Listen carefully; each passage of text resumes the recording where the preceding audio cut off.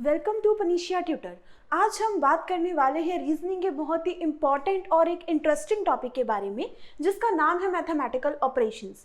ये जो चैप्टर है आपका, ज़्यादातर इससे जो एग्जाम में क्वेश्चन पूछे जाते हैं, जैसे कि एसएससी के एग्जाम में या फिर स्टेट लेवल एग्जाम में, तो स्टूडेंट्स इसे ज़्यादातर स्किप कर देते हैं क्योंकि उन्हें लगता है कि इस तरह के क्वेश्चंस को करने में उन्हें थोड़ा सा टाइम ज़्यादा लगने वाला है या फिर इस तरह के क्वेश्चंस को करने में उन्हें दिक्कत आती है। तो आज हम इस चैप्टर से रिलेटेड सारा का सारा कंसेप्ट समझने वाले हैं, देखने वाले हैं और सारे टाइप के क्वेश्चंस को देखेंगे कि कैसे आपको इस तरह के क्वेश्चंस को विद इन सेकंड सॉल्व करना है एग्जाम में। तो चलिए स्टार्ट करते हैं टाइप्स ऑफ क्वेश्चंस के साथ। टाइप्स ऑफ क्वेश्चन, कितनी तरह के क्वेश्चन आते हैं आपके एग्जाम में। सबसे पहले है सब्स्टिट्यूट साइन। सब्स्टिट्यूट साइन का मतलब क्या होता है, कोई एक प्रॉपर इक्वेशन दे रखी होगी आपको एग्जाम में और उन्होंने साइन का सब्स्टिट्यूट प्रोवाइड किया हुआ है, जैसे कि प्लस का मतलब है माइनस, मल्टीप्लाई का मतलब है डिवाइड। तो ये इनके सब्स्टिट्यूट्स दिए हैं, आपको अपनी इक्वेशन में इनके सब्स्टिट्यूट को फिल करना है और उसके बाद अपना फाइनल आंसर निकालना है कि आपका फाइनल आंसर क्या होगा। अगला जो क्वेश्चन वो पूछते हैं साइन इंटरचेंज का पूछ सकते हैं कि आपके सामने कोई एक प्रॉपर इक्वेशन होगी, इसमें हम किस किस साइन को इंटरचेंज कर दे आपस में ताकि आपकी इक्वेशन का आंसर करेक्ट आए। जैसे कि प्लस को हम इंटरचेंज कर दें माइनस के साथ एंड 2 को इंटरचेंज कर दें 3 के साथ। तो किस चीज को हम आपस में इंटरचेंज करें ताकि आपका इक्वेशन का आंसर बिल्कुल करेक्ट आए। थर्ड टाइप का क्वेश्चन आपसे हो सकता है करेक्ट इक्वेशन से रिलेटेड। जैसे आपको 4 ऑप्शंस दे रखे होंगे एग्जाम में और 4 अलग अलग जो इक्वेशन दी हुई हैं, इनके बारे में वो आपसे पूछेंगे कि इसमें से करेक्ट इक्वेशन कौन सी है after substituting the science. Science को पहले चेंज करो और उसके बाद चेक करके बताओ कि इसमें से करेक्ट इक्वेशन कौन सी है। और थर्ड टाइप का जो आपके क्वेश्चन होंगे आपके सामने, वो होंगे fill in the science. Fill in the science का मतलब है कि आपके जो ब्लैंक उन्होंने छोड़े हुए हैं, खाली छोड़े हुए हैं, इसमें से कौन से पेयर ऑफ साइंस सबसे सूटेबल होंगे ताकि इसमें जो है वो बेस्ट आंसर आ सके। तो चलिए स्टार्ट करते हैं क्वेश्चंस के साथ। क्वेश्चन है आपके सामने, जैसे आपको सबसे पहले जो इन्फॉर्मेशन दे रखी है उस इन्फॉर्मेशन के हिसाब से डॉलर का मतलब है एडिशन, परसेंटेज का मतलब है सब्ट्रैक्शन, हैशटैग का मतलब है multiplication and at the rate का मतलब है डिवीजन। तो ये आपको साइंस के सब्स्टिट्यूट प्रोवाइड कर दिए इन्होंने कि किस साइन का कौन सा सब्स्टिट्यूट है और आपके सामने एक प्रॉपर इक्वेशन है। तो आपको सबसे पहले क्या करना है, इनको सब्स्टिट्यूट फिल करना है। हैशटैग का मतलब क्या है, हैशटैग का मतलब है मल्टीप्लाई, एट द रेट का मतलब है डिवीजन, डॉलर का मतलब है प्लस एंड परसेंटेज का मतलब है माइनस। इसके बाद इस इक्वेशन को आपको पूरा सॉल्व करने की जरूरत नहीं है। अगर आपके सामने इस तरह की कोई इक्वेशन हो तो आप उसे यूनिट डिजिट मेथड से भी सॉल्व कर सकते हैं। अब यूनिट डिजिट मेथड का मतलब क्या होता है, जैसे आपने इसमें किसी भी तरह का कोई मैथमेटिकल ऑपरेशन किया, उसको आपको फुल्ली आंसर निकालने की जरूरत नहीं है, सिर्फ और सिर्फ उसका यूनिट डिजिट चेक कीजिए कि किसी भी तरह के मल्टीप्लिकेशन या डिवीजन के बाद यूनिट डिजिट क्या आने वाला है। और हम इसमें एक चीज और फॉलो करेंगे, वो है आपका बॉड मास का रूल। आपका बॉड मास का रूल क्या कहता है कि इसी सीक्वेंस में आपको अपने मैथमेटिकल ऑपरेशन को फॉलो करना है।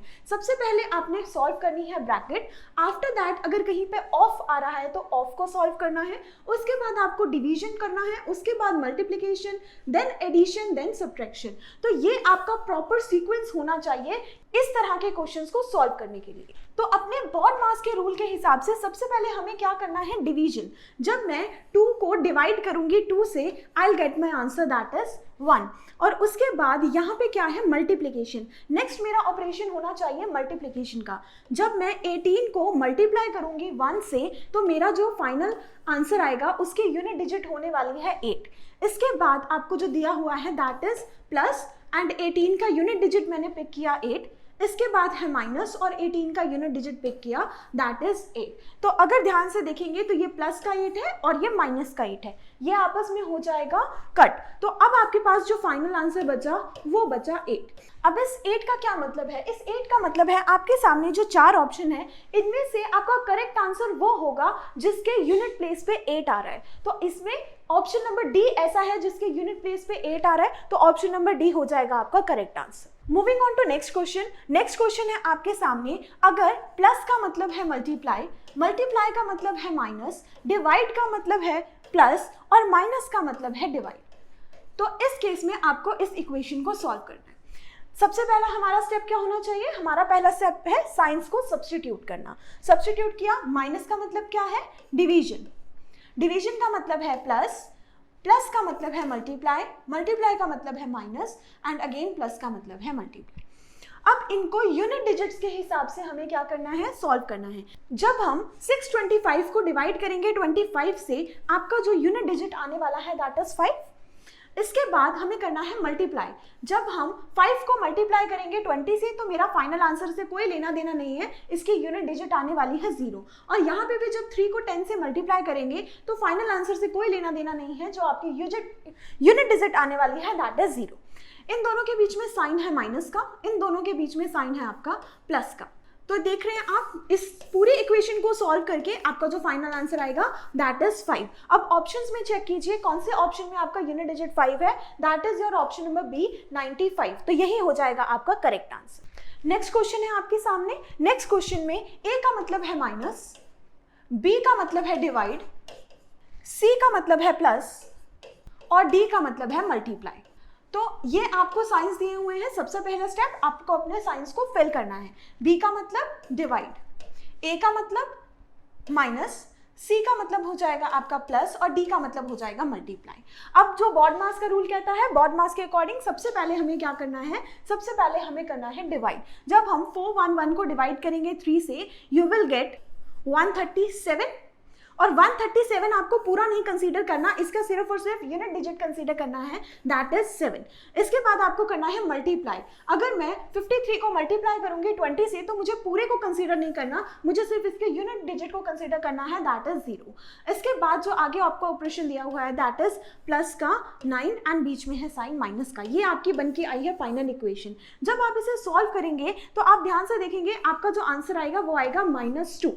नाउ एक पॉइंट जो हमें यहाँ पे बहुत अच्छे से याद रखना है वो ये कि जब भी हम यूनिट डिजिट मेथड लगाते हैं और अगर आपका आंसर आ जाता है माइनस में, तो उस केस में आपको क्या करना होता है, आपका जो भी आंसर आ रहा है इससे आपको 10 में से माइनस कर देना है।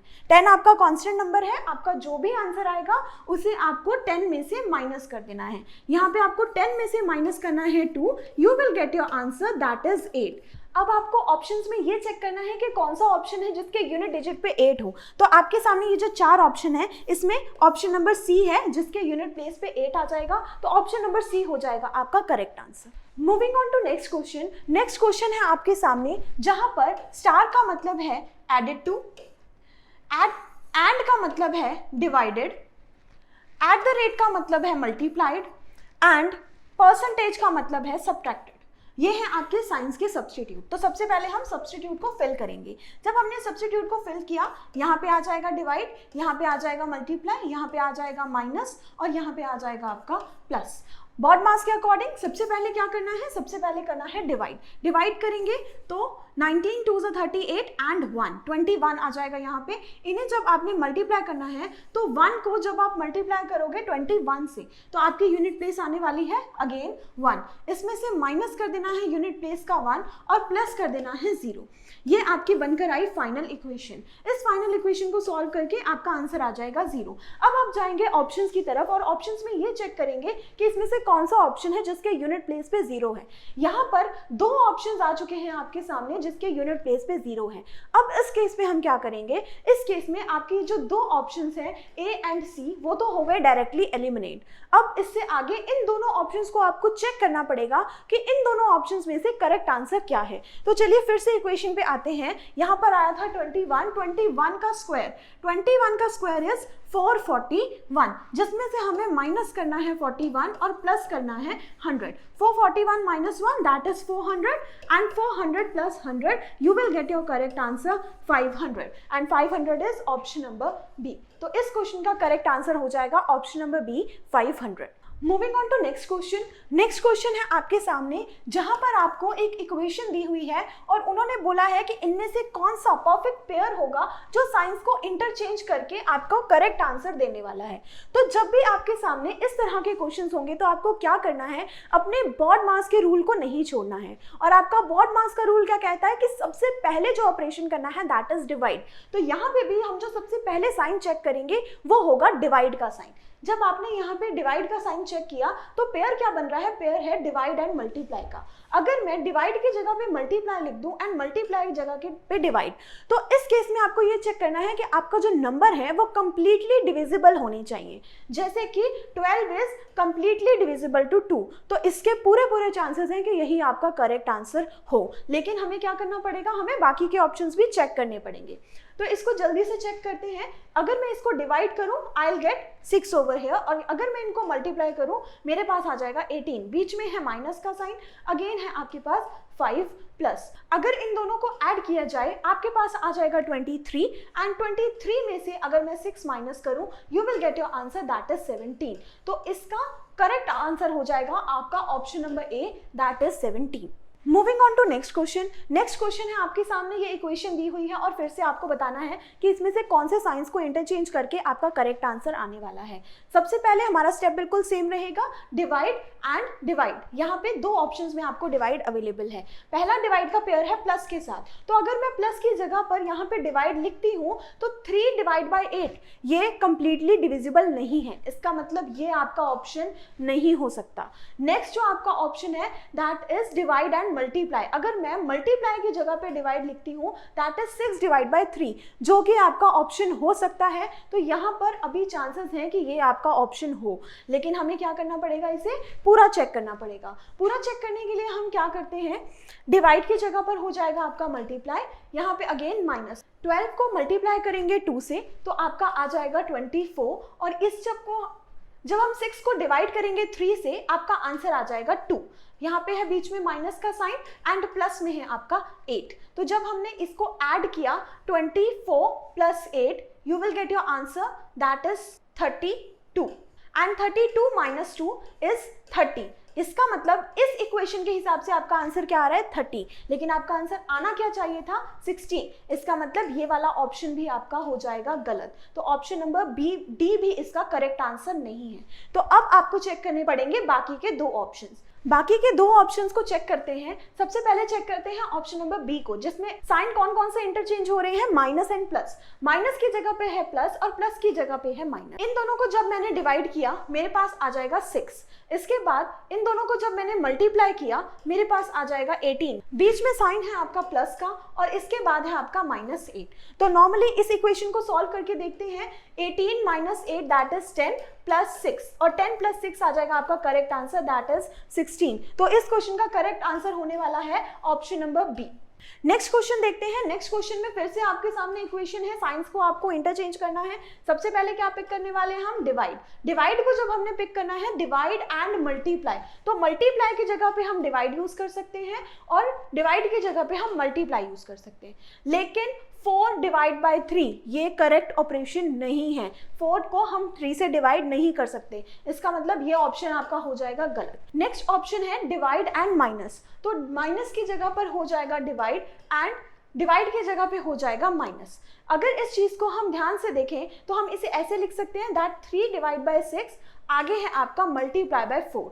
तो इस पूरे इक्वेशन से यहाँ वाले इस हाफ पोर्शन से आपका आंसर क्या आ जाएगा, that is 1 and 2 and 1 and 2। इस पूरे इक्वेशन से आपका आंसर आ चुका है 2।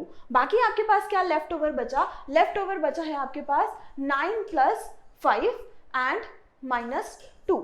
तो इसे जब हम सॉल्व करेंगे 9 plus 5 that is 14 and 14 minus 2 you will get your answer that is 12, और 12 ही आपका आंसर होना चाहिए था। तो इस क्वेश्चन का करेक्ट आंसर हो जाएगा option number C. Moving on to next question. Next question है आपके सामने जहां पर आपको साइंस को सब्स्टिट्यूट करके इन 4 दिए गए ऑप्शंस में से करेक्ट इक्वेशन बनानी है कि साइन को सब्स्टिट्यूट करने के बाद आपको करेक्ट इक्वेशन कौन सी मिलेगी।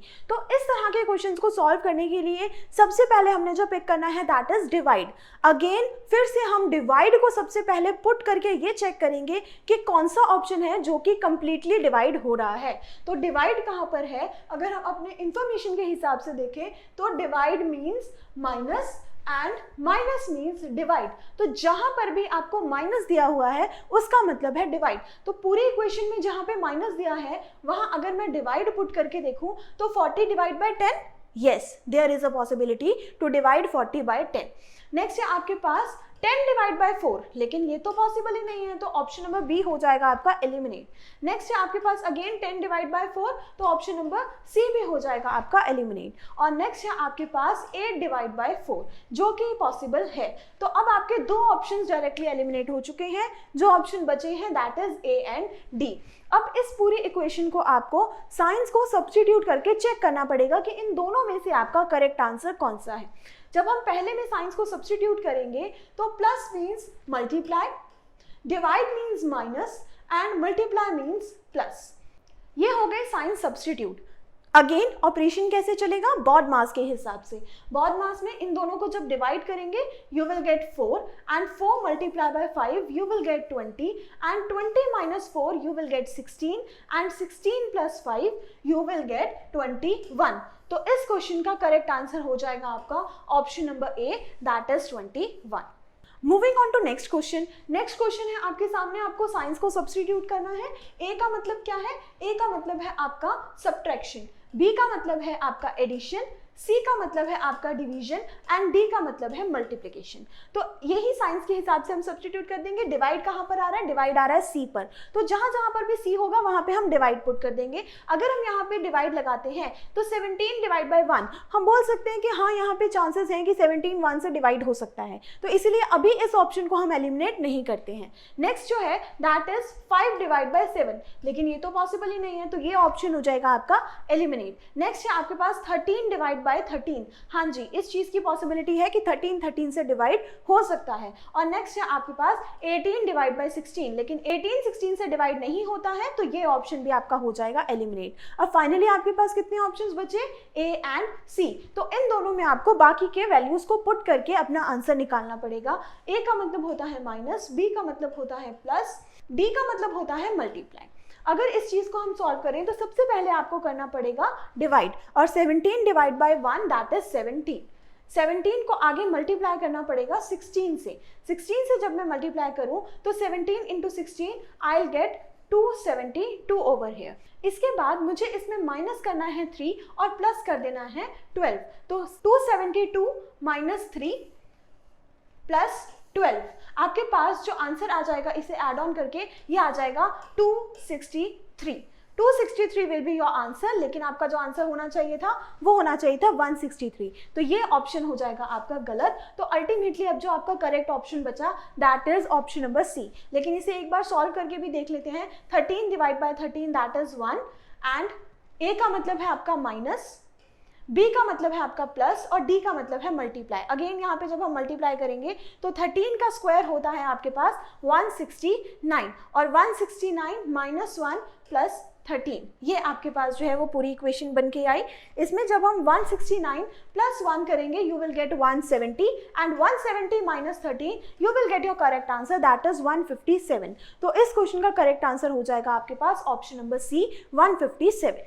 नेक्स्ट क्वेश्चन है आपके सामने जहां पे आपको ब्लैंक्स प्रोवाइड की हुई है और ब्लैंक्स के हिसाब से आपको बताना है कि इनमें से करेक्ट सेट ऑफ पेयर कौन सा है जो इन ब्लैंक्स के लिए सूटेबल है। जब आप अपने ऑप्शंस को बहुत ध्यान से देखेंगे तो आपको एक चीज समझ में आएगी कि सभी के लास्ट में क्या दिया हुआ है, इक्वल्स टू, मतलब जो आपकी लास्ट ब्लैंक है उसमें इक्वल्स टू आना चाहिए, ये चीज हो चुकी है आपकी फिक्स। अब बाकी के जो हैं साइंस उन्हें हम पुट करके देखते हैं। सबसे पहले हम किसको चेक करेंगे, डिवाइड को। डिवाइड को अगर मैंने सेकंड ब्लैंक में रखा तो 6 डिवाइड बाय 9, ये ऑपरेशन मेरा क्या हो जाएगा, गलत हो जाएगा। तो इस केस में आपका ऑप्शन नंबर ए हो चुका है एलिमिनेट। नेक्स्ट आपके पास है डिवाइड एंड मल्टीप्लाई। अगर मैं यहाँ पे डिवाइड पुट करती हूँ और यहाँ पे मल्टीप्लाई पुट करती हूँ तो 18 डिवाइड बाय 6 मल्टीप्लाई बाय 9, तो 18 divide by 6 that is 3 and 3 multiply by 9 you will get your answer that is 27, और 27 ही हमें चाहिए था। तो इस क्वेश्चन का करेक्ट आंसर हो जाएगा option number B. Moving on to next question. Next question जो है आपके सामने, इसमें आपको क्या दी हुई है, ब्रैकेट भी दी हुई है। तो बॉड मास क्या कहता है, बॉड मास कहता है कि सबसे पहले ब्रैकेट को सॉल्व करो, उसके बाद बाकी के सारे साइंस को सॉल्व करो। तो सबसे पहले हम क्या करेंगे, ब्रैकेट को सॉल्व करेंगे। लेकिन अगर आप अपने ऑप्शंस को ध्यान से देखें तो आपको इसमें इक्वल्स टू भी नजर आ रहा है। इक्वल्स टू कहाँ कहाँ हो सकता है, इक्वल्स टू अगर सबसे लास्ट में हो कोई दिक्कत नहीं है, हो सकता है। अगर इक्वल्स टू यहाँ पर हो सेकंड नंबर पे, तो क्या ब्रैकेट के अंदर इक्वल्स टू पॉसिबल है? ब्रैकेट के अंदर हमारा इक्वल्स टू पॉसिबल ही नहीं है। नेक्स्ट आपके पास जो है वो थर्ड नंबर पे, अगर इक्वल्स टू मैं यहाँ पुट करती हूँ तो ब्रैकेट के एग्जैक्टली बाद इक्वल्स टू नहीं आ सकता, क्योंकि आपको पता है कि ब्रैकेट का मतलब होता है मल्टीप्लाई, तो हम एग्जैक्टली उसके बाद में इक्वल्स टू नहीं रख सकते। तो ये ऑप्शन भी आपका क्या हो जाएगा, गलत हो जाएगा। अब आपके पास बचे सिर्फ और सिर्फ दो ऑप्शन, जिसमें से हम डिवाइड को पुट करके देखते हैं।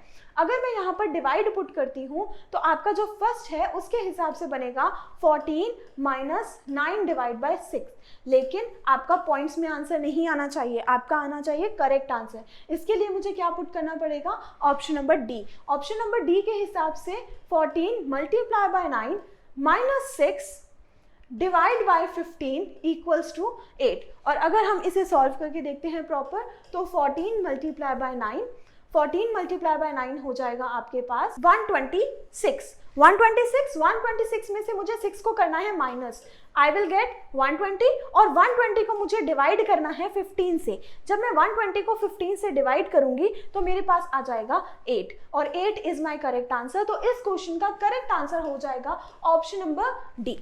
तो ये थे आपके पास कुछ क्वेश्चंस मैथमेटिकल ऑपरेशन से रिलेटेड। आई होप आपको आज का सेशन पसंद आया होगा। अगर आपको आज का सेशन पसंद आया तो please like this video and subscribe our channel. मिलते हैं आपसे इसी तरह की इम्पॉर्टेंट और इंटरेस्टिंग वीडियो के साथ। तब तक के लिए थैंक यू।